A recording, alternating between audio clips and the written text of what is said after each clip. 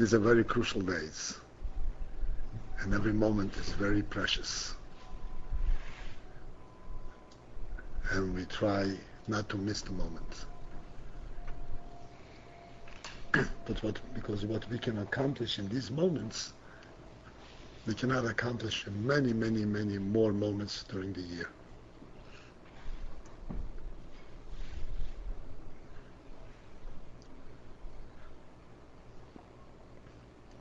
Somehow, we don't know. We really are not privy to understand what's behind it, what type of, what's the quality of time, that we say that time has an effect, that we have an opportunity and so forth.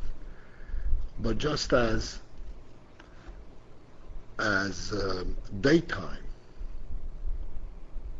is conducive to understanding certain things, and nighttime is conducive to understanding other things.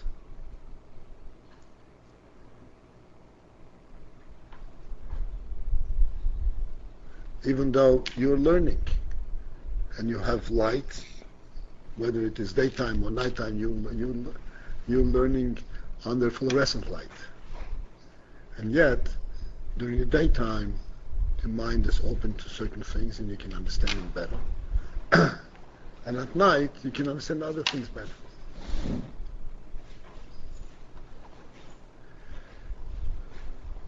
There is some kind of effect from our surrounding. Similarly, there is an effect from the time that we are in, from the period of the year. And that effect helps us to get a clarity in the inyanim that are pertinent for that time.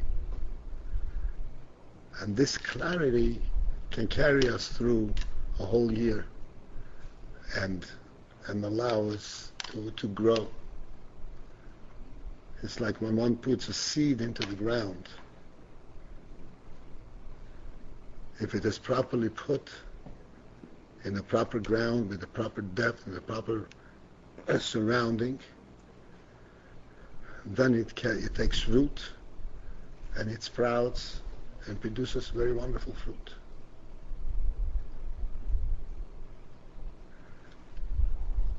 And this is true regarding our lives and our avodah, ruchnisike avodah.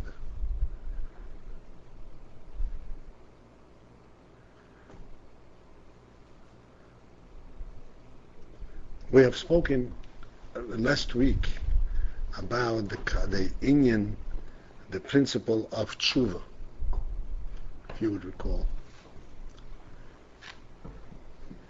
And I explained that tshuva has a very precise meaning. It is not just banging on your chest and saying, I'm a bad man, and how can I be so bad? Tshuva means to return, and returning means that you know where you're coming from and what you're returning to. You have to have a clarity of vision and understanding. Where are you and what you're returning to and why you're returning there and why it's called returning. So we discussed this to whatever extent, to whatever degree of detail last week. And I want to pursue basically in a similar vein and try to get a clarity that would help us individually to relate to that which we are doing. Because the Avodah, in general, our Avodah, and particularly during the special month of Tishrei, and any time, our Avodah is not just to bombard ourselves with complaints. And I said before, just find fault with ourselves. and say, oh, I'm supposed to be perfect, how come I'm imperfect? There is meaning to our Avodah. And to our Avodah. There is meaning to what we're supposed to do. Avodah, just as the word Avodah means. Avodah means to work. Now, there are two terms. There is work and there is workout. Workout is when you're working in place. You're not really getting any place, but you're working yourself out. Work means that you are doing work. You're producing. Perhaps you're working out in order to prepare yourself for producing later. But work, avodah, means you're actually doing work. You're making progress. There is a what's called a platform, an area that you're working on, and you're making progress. And you have to know the contours of that platform. What is it that you're working in, and what are you working towards? What are you trying to accomplish? Once you have a clarity in that, you have a clarity of vision for you, just a vision of your life and a vision where you're going. And no matter at what stage you find yourself, at what level, to what degree of commitment, to what degree of involvement, you are way ahead because you know where you're going. And you know what you're looking for. This is extremely important. I have always used the following illustration. I don't know over the months that we talked whether I had used this illustration or not, but regardless, it's a good thing to think of. You know the expression of finding a needle in a haystack. What's the expression mean? That to find a needle in a haystack is extremely difficult. Because the needle is very thin, and the hay is also very thin. It's all mixed in. Go find a needle in the haystack. It's very difficult. Nevertheless, if you're diligent and you really are dedicated to finding that needle, and it's very important to you, you will be able to pull each piece of hay individually and find the needle. You'll be able to do it if it's important enough to you. But there is a more difficult situation. What if you're not sure that the needle is in the haystack?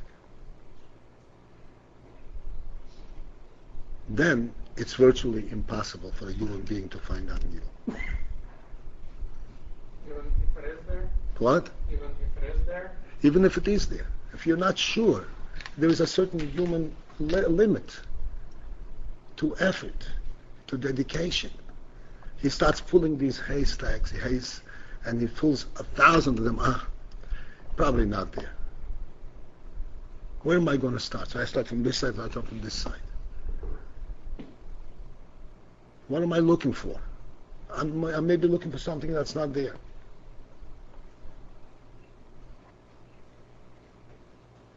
Surely, someone who doesn't have feelings, who doesn't have, so to speak, the limitations of human limitations, would be able to do it like a robot, would be able to pull each piece of hay individually on their own circumstance. It doesn't make any difference whether he thinks it's there or not.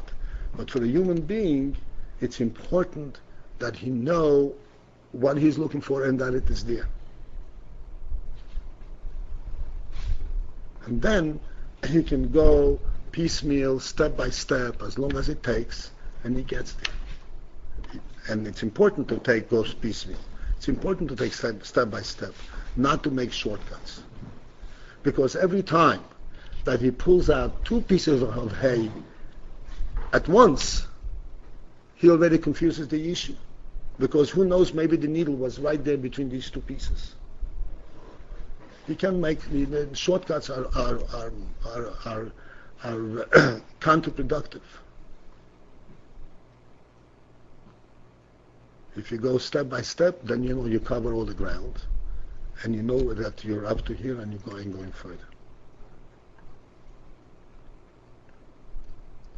But it's important, as I said, to know clearly what you're looking for, and to understand yourself what you're looking for, and you see, yes, I'm looking for something that I can identify with. It's real to me. It's not something that is probably there or is there because I was told it's there, but I can understand, I can identify with it.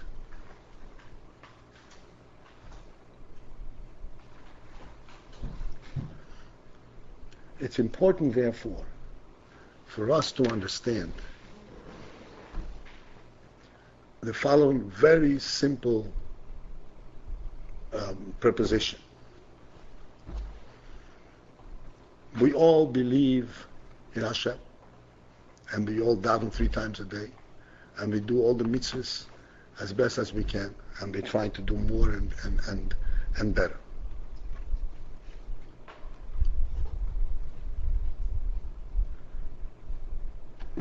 But this statement that there is Hashem is not a statement that is outside of our intelligence. I'm just accepting it because I better accept it. We believe in it, no question about it, but it also has meaning to us. We have to be able to intellectually relate to it. I do not mean to question it and look for proofs or anything, it's just to intellectually define what does it mean. Because no one here, at least by my surmise, has seen the Rebus, has seen the Hashem. So what does it mean that there is Hashem? Hashem created the world. What does it mean? Again, not a question of Hashem of doubt, a question of relating to it intellectually so that you know what you're looking for. You know what you are trying to relate to. And what it means to live in a world that was created by Hashem rather than a world of otherwise, of a different perspective.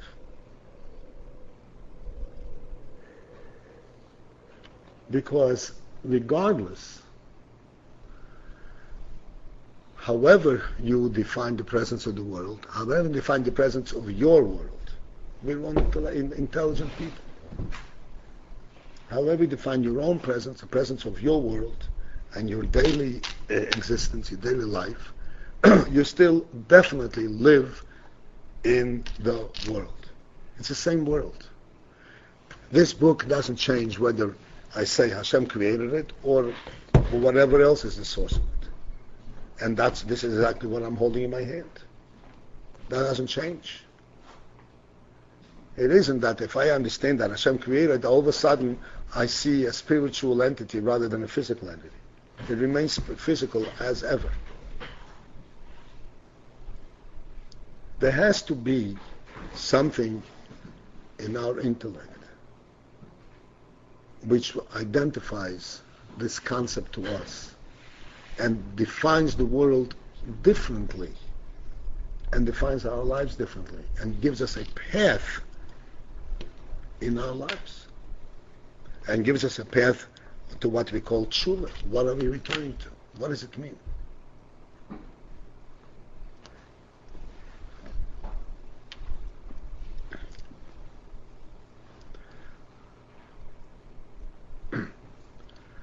There's a pasuk in Tanakh, in Yirmiyahu.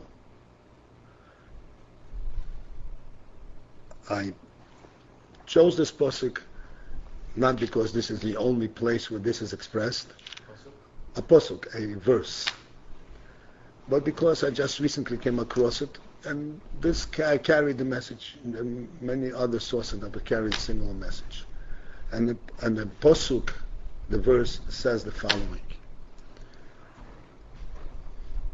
Yirmiyahu is reprimanding the people in the name of Hashem. And he says, Shtayim rois oso ami. My nation has done a double error, a double evil. What is the double evil? Oisi ozvu, they left me behind, meaning left Hashem behind. Mekoir mayim chayim, the source of living waters. Lachchev lahem, to dig for themselves. Boiros nishborim, broken pits. Asher lo yochilu hamoim, that cannot bear and contain their waters. Let me explain what this is saying.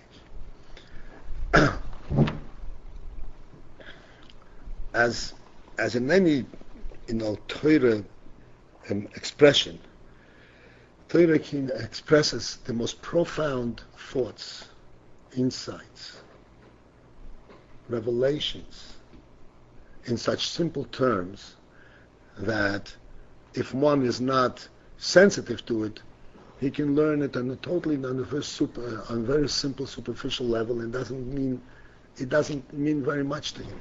And yet he can learn it all. He's being reprimanded because he left Hashem behind and he went and he chose something meaningless.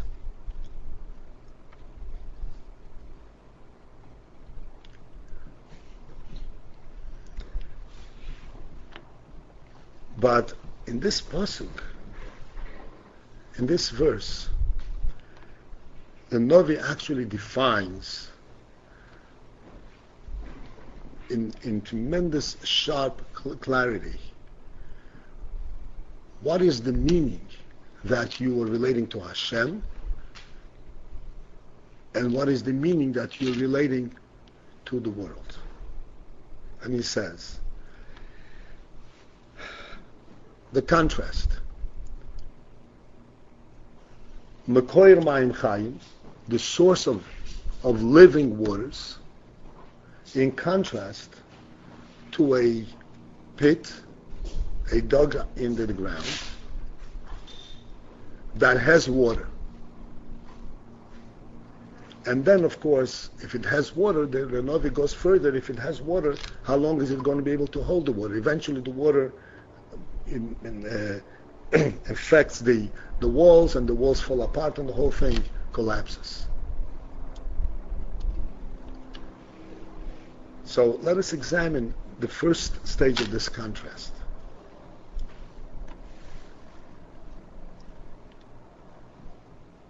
The contrast in our own orientation. This is literally the way we perceive things. When we perceive things as coming from Hashem, then we perceive them as a source of living waters. What is the source of what does mean living waters? What's living waters? Let's go to an expression, mayim chayim. What does mayim chayim mean? Mayim chayim means when you have a wellspring and it blurps. Did you ever see a real spring? It just blurps out little drops of water. And these droplets of water, besides being extremely clean, pure, and cool in its perfect shape, it is called chayim. It's called living. Why is it called living? Because it continuously flows. There's a continuous float from it. As you're looking at it, you see only a little drop of water. Say, oh, what is there? There is nothing there. But really, there is an infinite reservoir, an endless reservoir, because this never stops.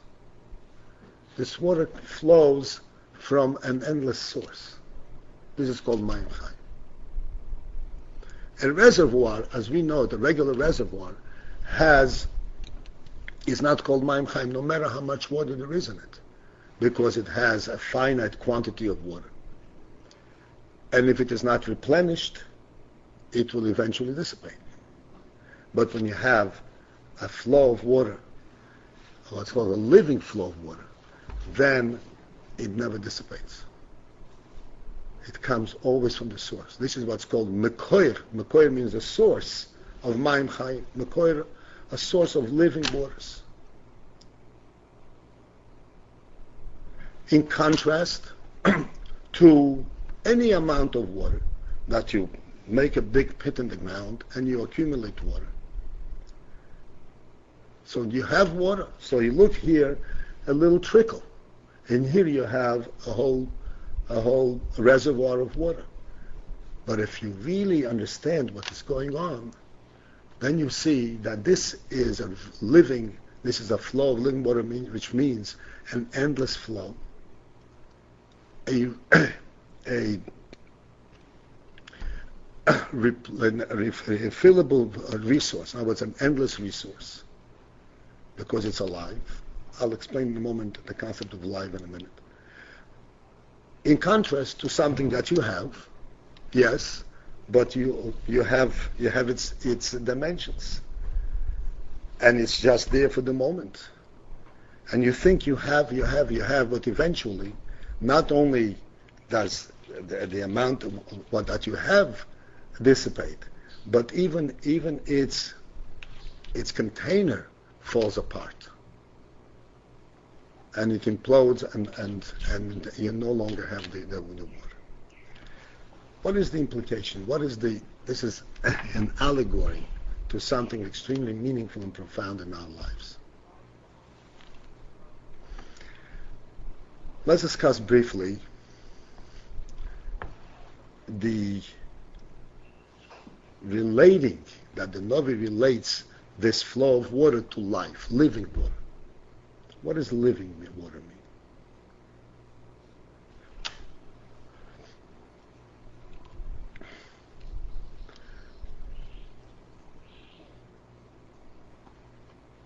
Life, a person at any given time has a certain amount of energy, certain amount of strength,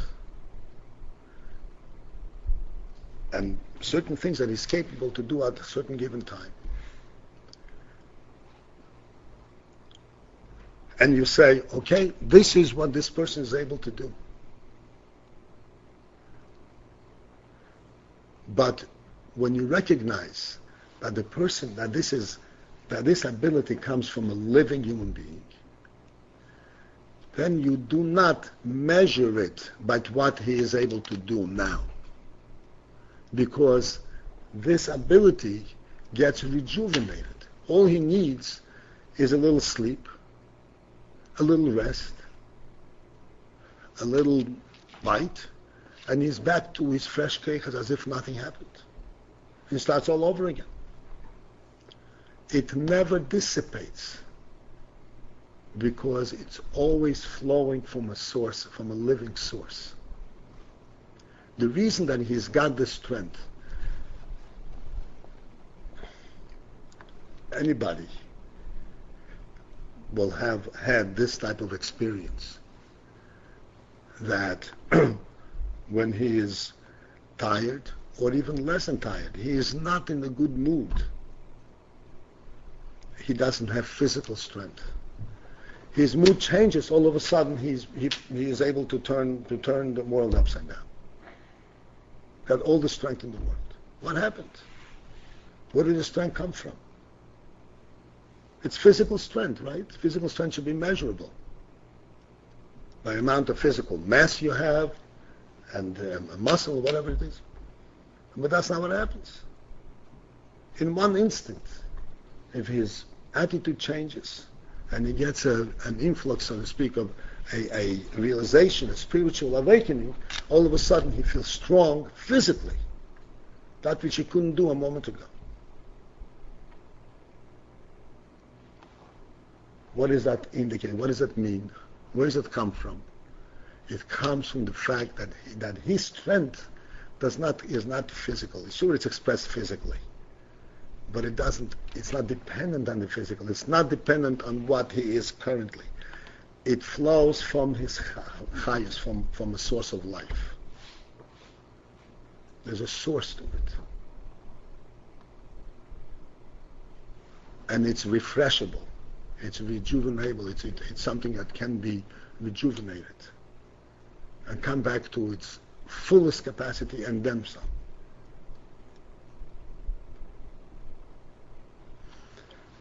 This is the meaning of life, of a living thing. Life means, in other words, that you cannot tell what is the potential of this individual at any time, even observing him for 5 days in a row.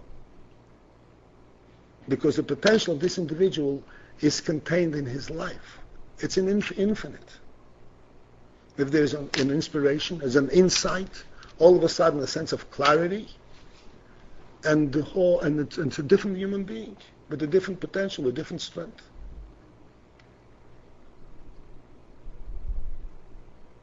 This is the pshat, living.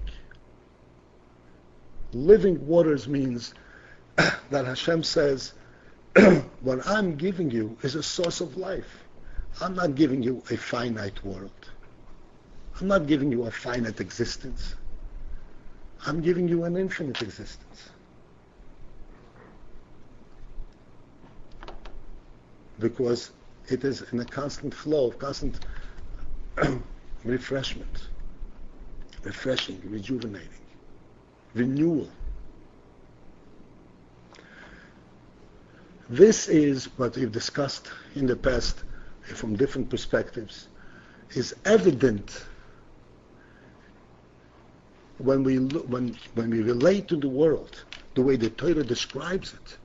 It's evident in every aspect of the world. A day comes, the sun rises, the sun sets, and the day ends. Say, okay, that's the end of the world. What happens next? It renews itself, total rejuvenation, a new, fresh day.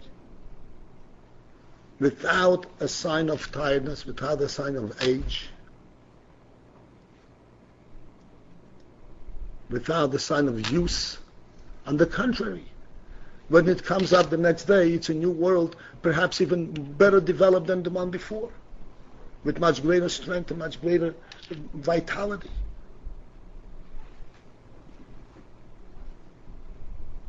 Imagine for a moment, if the resources in the world were truly limited, as some, how should I call them, wise men in quotes believe, what would the world be?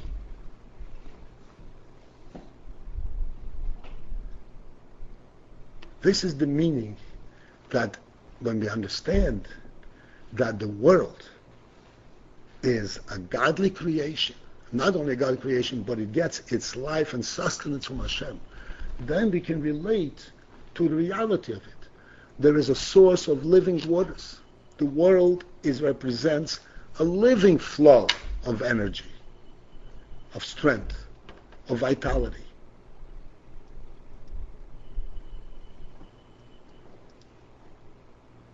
That's the world we live in. When we see, as I said, we discuss this many, many times because I think this is a very profound, important illustration, and we all have to relate to it on a daily basis. The sun rises and the sun sets. This is a meaningful phenomenon. This is not an accident. This is not just a byproduct of something. This is a fully meaningful phenomenon. This is the creation of day and night. And day and night gets recreated daily, fresh. Today we have a day not because we had a day yesterday, but today was recreated afresh completely. It never gets tired, never gets bored. It never repeats itself, as a matter of fact. It's always a new day with new chayos. And this is important to recognize. Perhaps it's a little bit beyond our understanding, but nevertheless it says that Rosh Hashanah is a renewal of the entire chayos of the world for the whole year. a complete renewal. It's literally a new year, not a continuation of the previous year at all. It starts afresh. And this refreshing vitality, this refreshing strength, this refreshing koyach that exists, that comes, gives every opportunity to grow indefinitely. Wash away the old and start afresh. This happens every year on a global sense, in a yearly sense, and it happens monthly. It happens every week. Shabbos is a renewal of the whole of the cycle of the week, and every day. This is why we start every day with Moida Ani, a new start. Even though I said Moida Ani yesterday, so what am I repeating myself? Day in, day out, I'm saying the same words.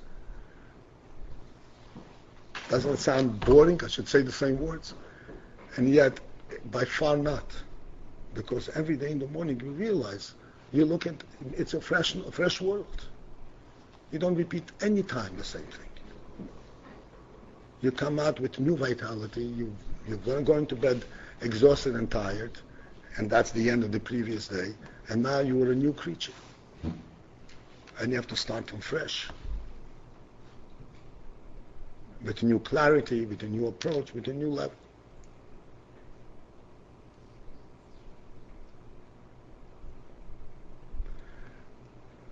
Having discussed this, it's almost an anticlimax to go back and to contrast it to the opposite view. But I want to do it anyway, because I don't want you to just get excited about the thought, and everyone has to examine his own mind and have a clarity of vision. What is the other view? And each one of us, from time to time, get caught up in the other view. Yes, the world gets rejuvenated, and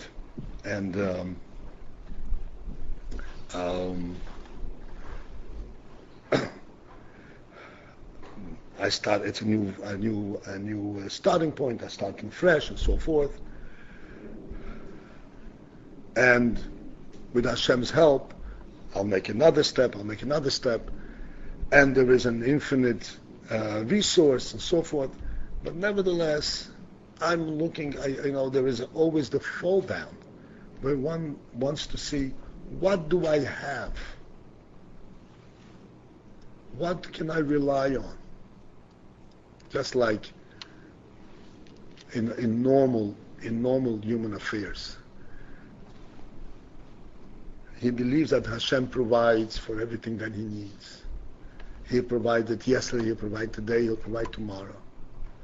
Nevertheless, if he has a few $1,000s in his bank account, he feels good about it. Because this kind of gives him a little sense of security. What is he secure? This is what's called Boiris Nishborim Asher Lo Yochilo Hamoyim. He's relying on accumulated waters that stagnate, that accumulate all kinds of dirt. And they have absolutely no real security.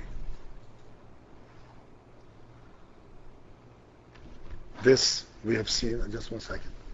This we have seen over and over again, people who were extremely wealthy, when they went to sleep, and when they woke up, they were paupers.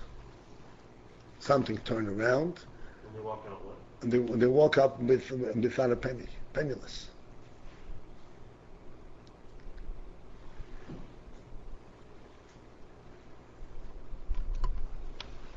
It's absolutely natural for us to have a certain sense of security in that, but we mustn't fool ourselves. We must understand where the truth is. And particularly when we're talking about our personal avodah. This defines the concept. When we think of the world from the perspective that the Torah teaches us, that it is a godly world, and we relate to that because we're doing tshuva. We want to come back to the truth. What is the truth? The truth is a source of fresh living waters. We're not looking for the accumulated waters. We're looking for the source. We know that the world and is continuously rejuvenated. And we are relating to that source, to the Meibashn, who is the source and who rejuvenates it.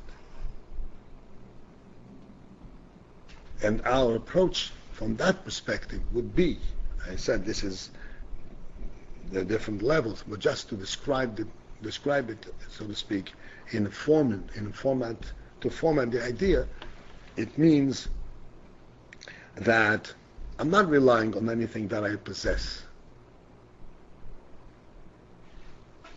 I'm relying on the source of chayas, rather than on what I already have.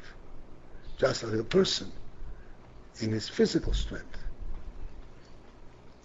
knows that to rely on his physical strength is folly.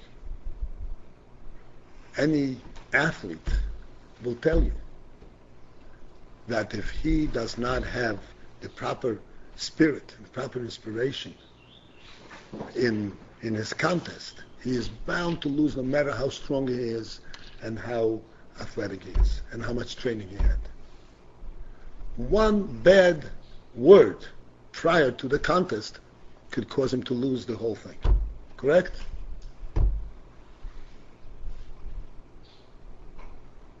There's nothing to do with it has to have a living source of things. Strength has to be rejuvenated all the time. And our world has to be rejuvenated all the time. That's the world we live in. And this is why there are different periods in our lives. There is a yearly cycle that the world gets rejuvenated. And this is now the moment of rejuvenation. And we come to Hashem, we say, we want this rejuvenation. We are relating to it. We're not living in an old stagnant world. We're living in God's world. And we want the presence of God to rejuvenate it. You want to have a question? Yeah, what's an example that you gave? Somebody has a couple of $1,000, and basically the idea is not to look at that particular whatever savings you have, not to look at it as the source of your living, or are you actually mean not to have savings? Having savings is just by itself, it's equivalent to stagnant waters. No, I don't want you to take these ideas which are, spoken of in context, within a certain context, at a certain point, and take it out of context and draw from it conclusions which are not pertinent. There is the proper mode. There's halachically where a person is supposed to act according to the prevailing rules of conduct, whether it be in business. You conduct business according to the way business people are conducting business in the prevailing mode in the area where you are conducting the business. And it does not mean that having a savings is already relying on stagnant water. Having a savings is perfectly all right. Halavai, you should have a very big savings.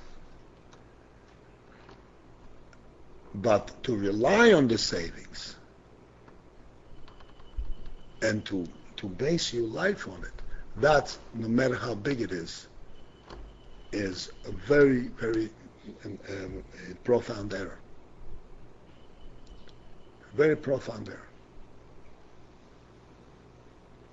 Let me give you a deeper illustration of this.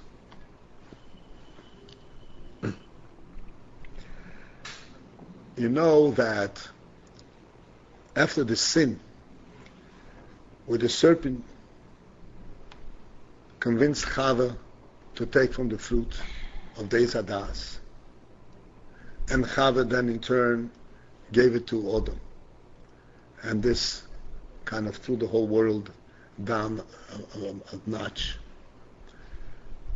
And Hashem then put each one in his place and gave each one their place and their function in order to eventually rectify this misdeed. So when it came to the Nachash, the serpent, it came to the Nachash, Hashem said,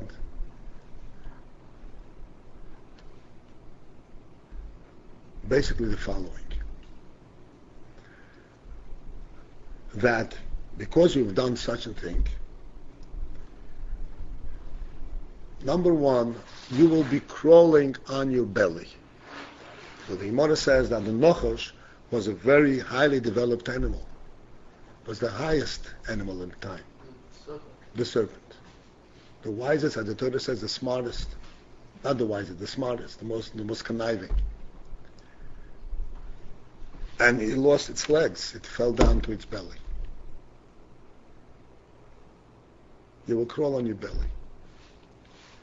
And offer teichel, and you will be eating dust. And you will be a permanent enemy of men. You will constantly be chasing men, looking to hurt men, and men will be chasing you.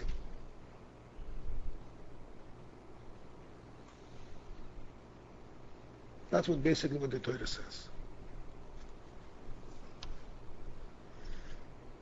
So now let's examine what happened over here.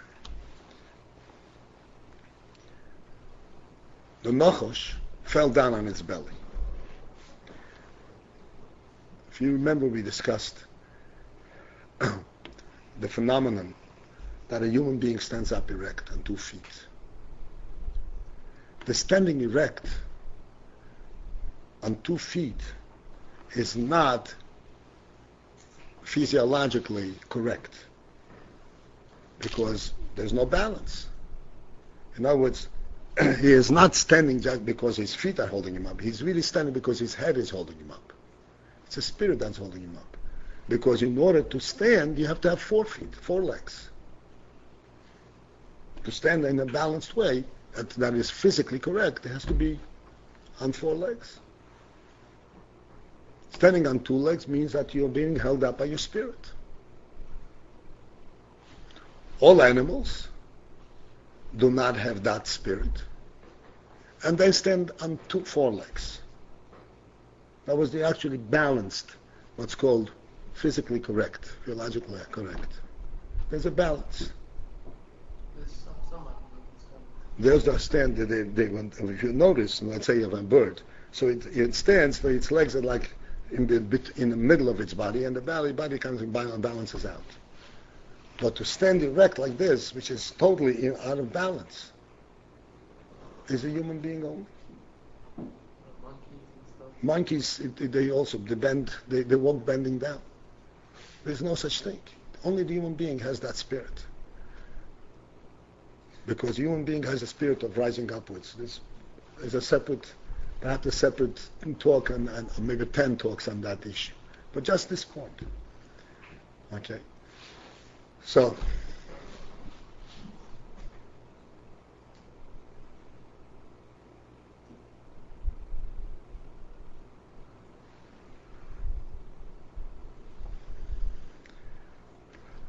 other animals they cannot stand up erect. They have to have a balanced position, have four legs, whatever. They have to have support that is logically, that physically correct. The serpent goes a step further. He is totally out of danger for falling down, because the legs afterwards have to support it, the animal. The serpent doesn't need to be supported at all. He's right there on the ground. He's totally and permanently secure. He can't fall. He can't fall. He's fearless. A human being is the most vulnerable in that respect. A little pebble on the ground can make him fall if he stumbles. Lahavdil, an animal, is more secure, but nevertheless, it's possible for him to get entangled and fall. A nochosh is 100% secure.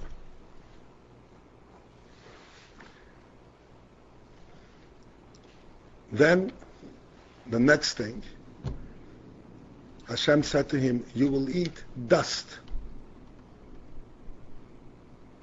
What does that mean? It means that not only is he secure, so to speak, in his position on earth, but he is secure in terms of food. He never has to look for food. Wherever he goes, wherever he turns, the food is always there. He doesn't have to even look for it.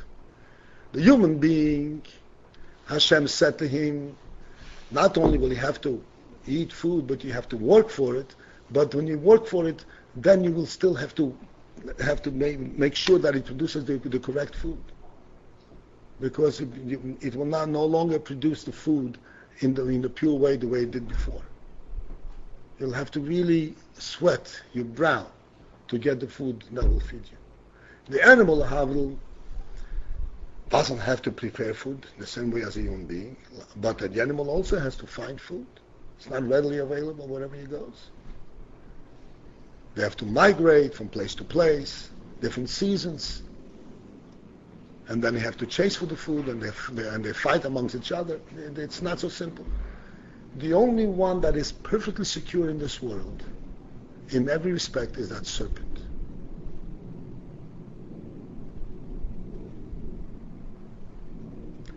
And yet, what is the nature of that serpent? Vicious jealousy. You would think someone that has such security, you should just go to sleep. What do you have to worry about? Why does he care what's going on? He's in constant anger.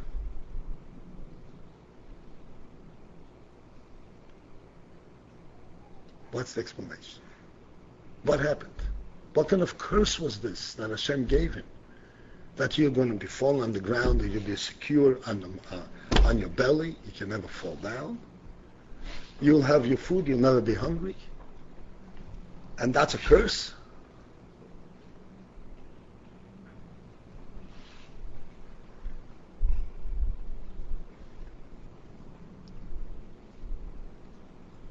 This is a very profound curse. It's a curse beyond our imagination.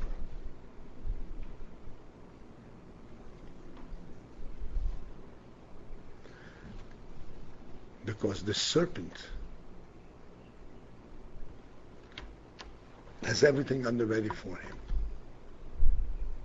He does not have a sense, like every other animal has, that there is some kind of undefined resource, something beyond what I see.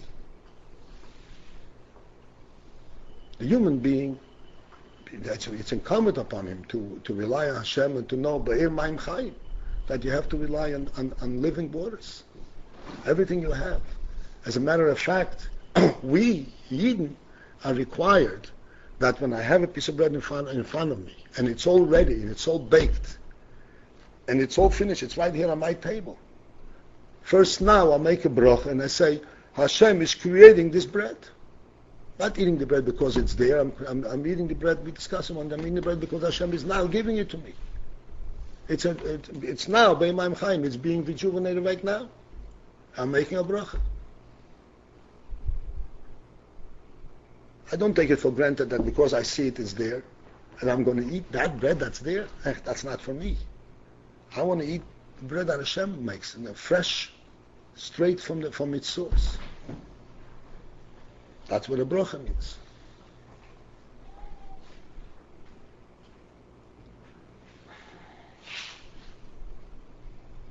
The serpent is on the opposite end of the spectrum. He is so frustrated. He does not have a sense of life. Not have a sense that there is that something comes from someplace. Something is giving it to him. Every animal. Every animal in the world, they have a sing-song. They have some kind of a happening. Oh, I found my food. I found my food means to the animal,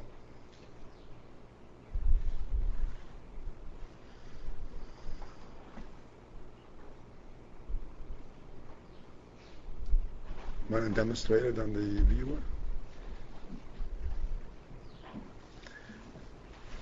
I found my food means that even though a moment ago I didn't have it, but it's there someplace.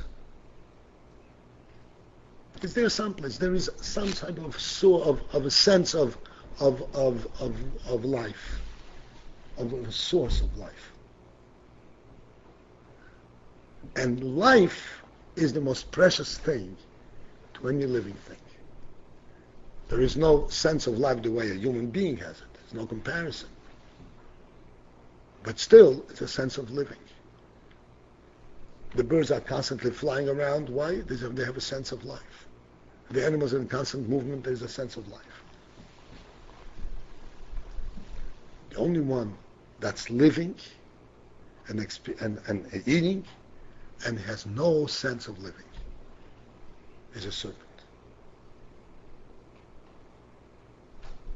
That's his curse. He exists completely on existing resources. He doesn't have any sense of renewal.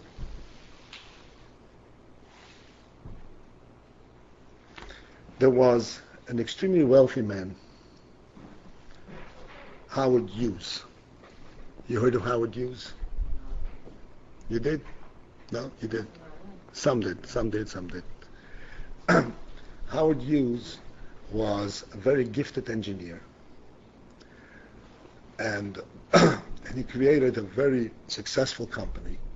It's called Hughes Motors or Hughes Aviation. A very varied company. He was extremely successful. And in his days, he was the wealthiest man in the world. This is Howard Hughes. Howard Hughes lived alone, never got married.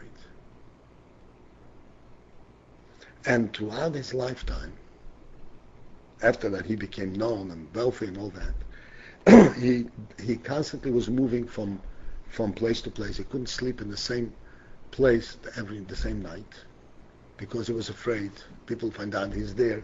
So he had to move to a different place. He was constantly running away from an unknown enemy. He was constantly concerned about his safety. And he had unlimited, quote unquote, relatively speaking, resources. A multi-billionaire.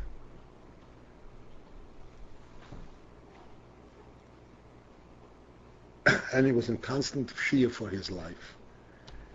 Not because there was threats or anything, but because he doesn't have the sense of what life is. He wasn't really living, he was existing. Almost on the level of the serpent. He had everything prepared for him, but there was no life to it. It didn't come from any place. The reason I'm mentioning him is because when he died, the Rebbe spoke about it. He was a very, very clear illustration how low a person can fall if he doesn't have the proper spirit, the proper attitude, understanding what's going on. He amassed a wealth that nations don't have such wealth. Forget about individuals. His wealth was greater than many large nations' gross national product. And he didn't have a moment to him. He didn't live a moment. Why? Because he related to to an existing resource rather than to a renewable resource.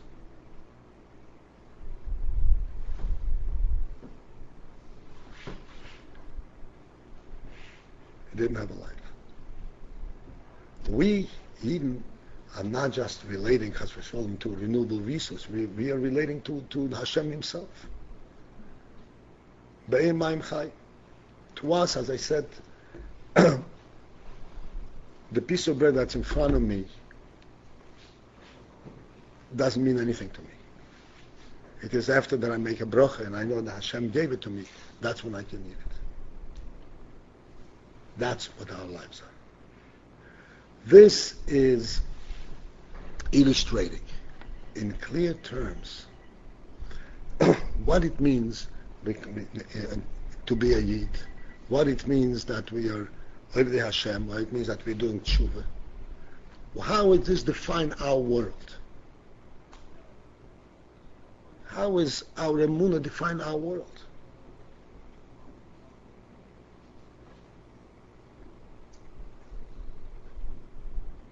Our world is defined by the fact of its continuous rejuvenation from the source of life. There is nothing that chases itself. Nothing happens automatically.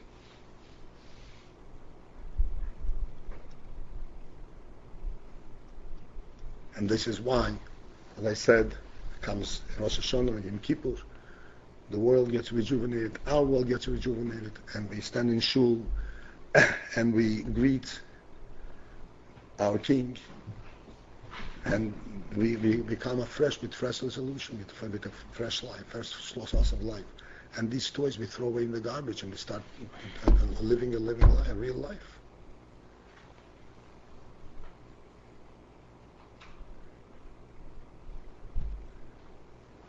So the Rebbe should give each one a good gesund Jahr.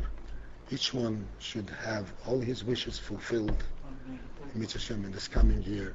Each one, the Gashmias and the Ruchnias, he should be successful, the Gashmias, should be successful, the Ruchnias, in what you want to accomplish, in your learning, and whatever else you require. And the Rebbe should give you a clarity of vision, where you're going, and what your goal is, the next step.